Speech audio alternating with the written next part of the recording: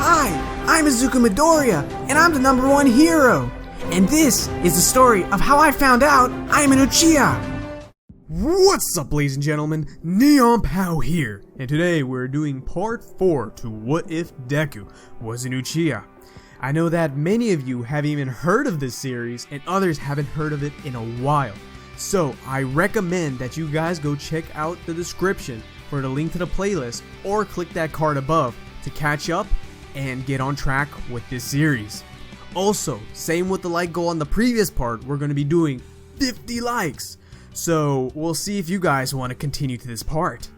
Also, on another note, I am trying to do my best to get back on schedule, but I'm glad I'm able to even get some videos out to you guys because I love making the content and I love all the support you beasts have been getting me.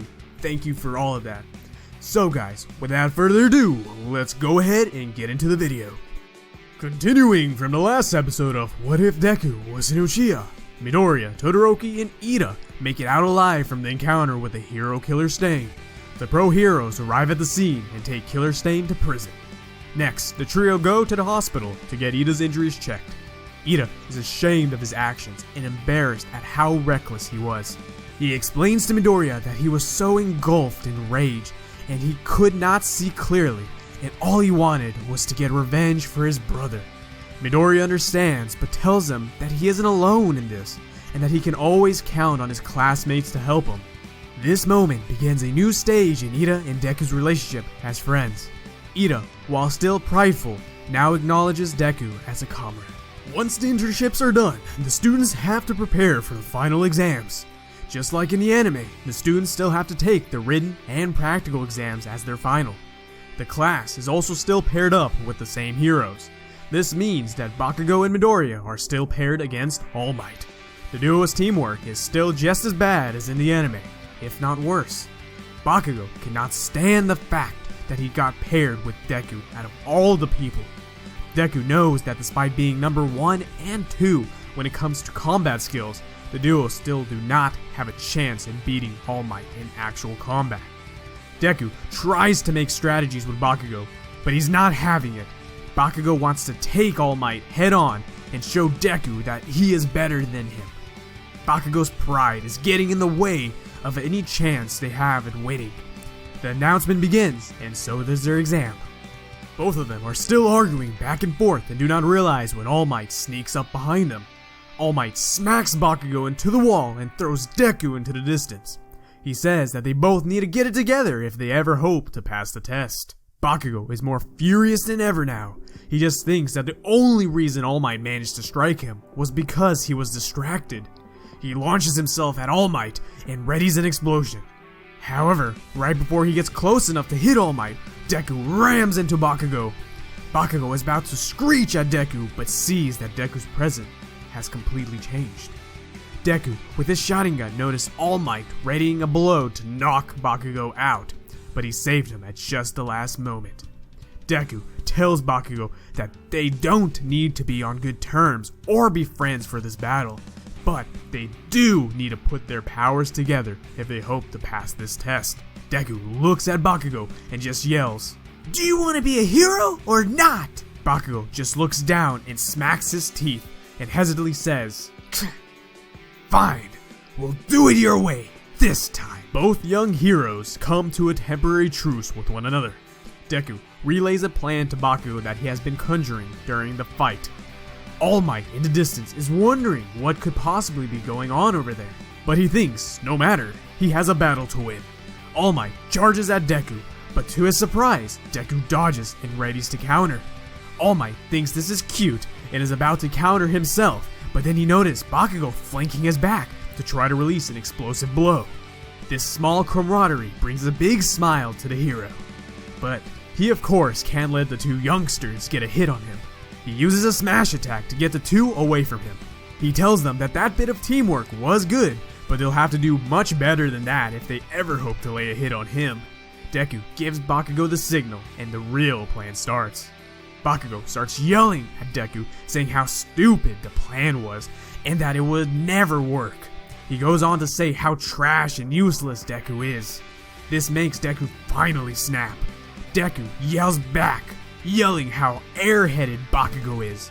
He then says that he will never become a hero because of how self-centered and stubborn he is. Deku then starts to yell and ready for what looks like a full-powered smash attack on Bakugo. All Might is familiar with Bakugo acting this way, but he has never imagined young Midoriya to go this far. He then tells Deku to stop, but then sees that he isn't stopping the smash attack. All Might knows that at that range, the attack would kill Bakugo. He rushes in to stop Deku, and as he does, both Bakugo and Deku smirk. Deku quickly changes his smash attack stance and releases an airburst smash, flying Bakugo insanely fast towards All Might.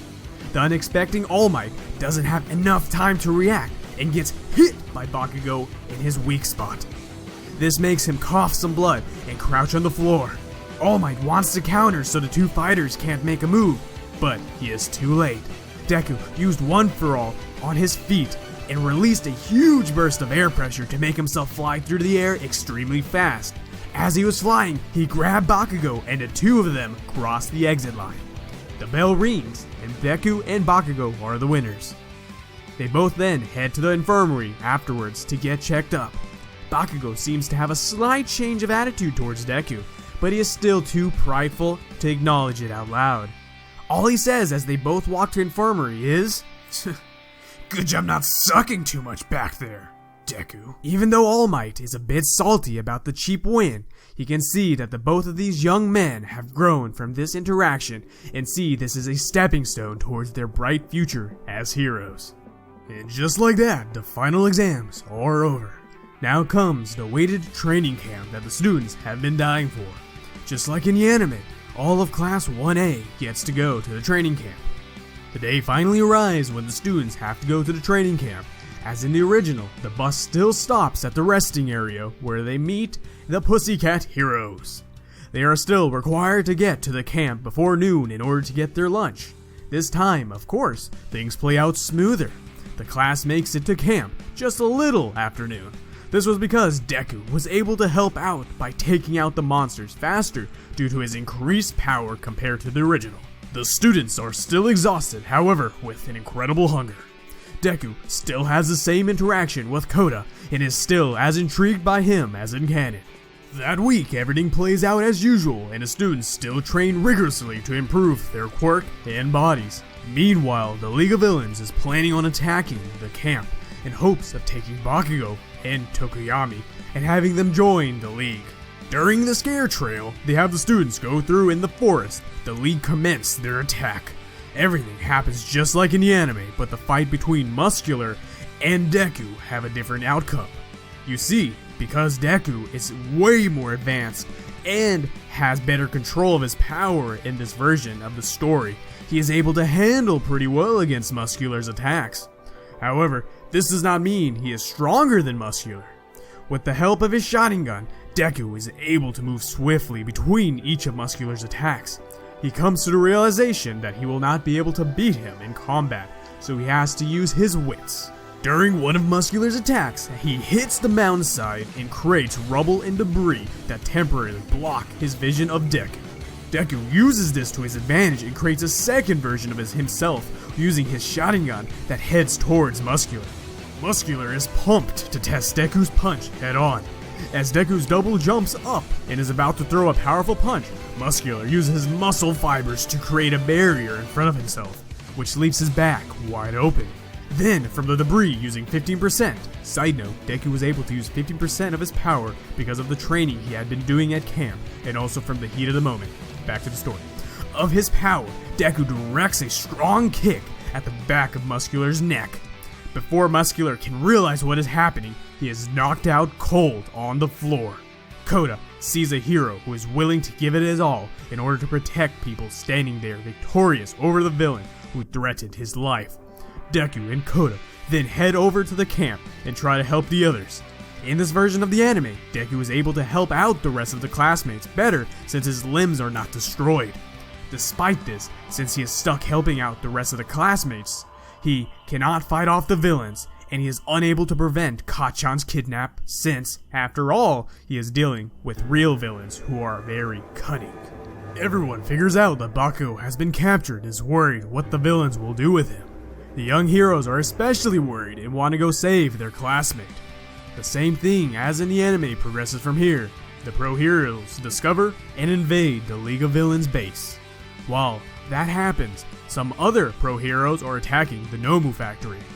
All for One still teleports the League at the last minute away from the heroes and teleports all the Nomus to the pro heroes location. While this is going on, Deku still is able to rescue Bakugo with the help of Ida, Kirishima, Momo, and Todoroki.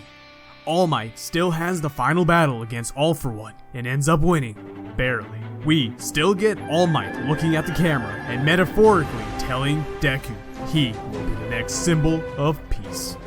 And that's where we're going to be ending part 4 to What If Deku Was an Uchiha. Now guys, don't forget to hit the 50 likes to beat the goal and get a continuation of this part if you would love to see more to this series. Also, if you're new to the channel and have not subscribed yet, please do so and hit that notification bell so you can stay up to date on all future what ifs coming to the channel. And I'm just going to let you know, they're all super spicy.